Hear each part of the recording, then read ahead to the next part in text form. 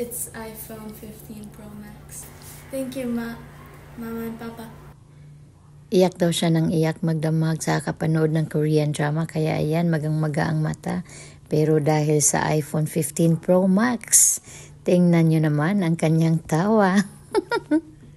Bihirang-bihira lang magpapavideo sa Shinaya guys, mga kabisdak. Pero dahil sa iPhone 15 na ito, syempre pag walang video, hindi ko ibibigay ang kanyang Pro Max. Ito yung unang pagkakataon guys na mga kabistak na bumili ako ng cellphone kay Shinaya dito sa USA. At syempre proud na proud ako dahil kung maalala ko lang noon kahit nung nagtuturo na ako ng public high school, ang aking cellphone noon ay keypad pa talaga. Pero sa edad na 13, yes, 13 pa lang po si Shinaya, ay meron na siyang iPhone 15 Pro Max.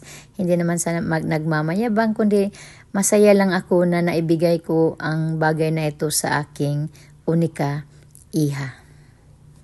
Ang totoo niyan, wala pa naman talaga akong balak sana na bilhan siya ng iPhone 15 Pro Max dahil yun nga, napakabata pa niya. Kaya lang yung iPhone 8 Plus niya na nasa kanya ng 4 na taon ay hindi na nag-charge. Syempre hindi alam ng inyong kabisdak na meron palang parang magnetic charger. O yun bang tinatap lang ang cellphone doon sa charger, yung wireless charger. Hindi ko kasi alam guys, mga kabisdak. Nung nalaman ko ay nakabili na ako nito. Kaya ito, ayan, tingnan nyo naman. Pumayag na magpa-video dahil nga sa regalo kong ito. No, don't do that.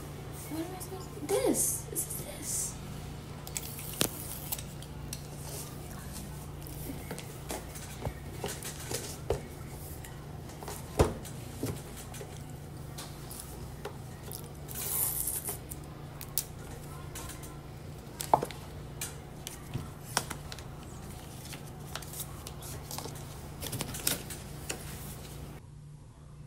Ayun no, tingnan nyo ang tawa ni Shinaya. Parang kilig na kilig sa kanyang ginagawa. Wala rin kaalam-alam si Shinaya guys, mga kabisdak, na ito ang bibilhin ko sa kanya kasi kagabi sabi lang niya na nasira na daw yung cellphone niya, kung pwedeng bilhan siya ng kahit yung iPhone 10 Plus or kung meron mang iPhone 9 pa na available sa store ay okay na sa kanya. Kaya lang pagdating namin doon ay yung pinakamababa ay yung iPhone 13 Plus ang nandun sa tindahan. Kaya sabi ko naman ito na lang ang bibilhin ko dahil $400 lang ang pagitan ng dalawang cellphone. At syempre bilang kondisyon ay kailangang mag-aral ng mabuti. Yun talaga lagi ang sinasabi ko kay Shinaya. Kaya naman, tingnan nyo naman ang tawa ni Shinaya. Masaya na rin ako dahil masaya ang aking unika iha.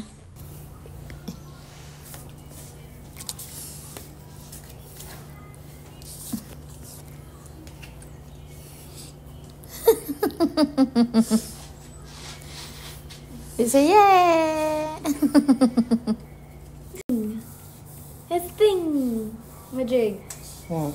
It's a thing. The You can't. Yeah, I You know. can't charge it then. I know. It's the thing. It's a thing, Majig. Well, like I said, I want to use that thing in the house. And don't open it. Just taking it off.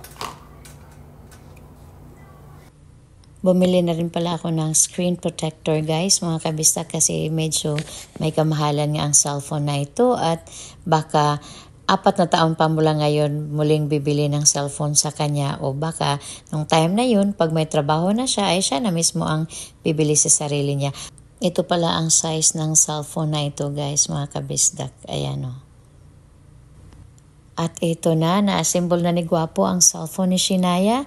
At syempre, nailipat na rin ni Shinaya ang mga apps doon sa dati niyang cellphone dito sa bago. Ayan, ang bagong casing pala ng kanyang cellphone. Ayan, oh. At syempre, mahilig si Shinaya sa Netflix, kaya tignan natin kung talagang gumagana. Ito kasi ang libangan niya kapag galing siya sa school nanonood ng Netflix.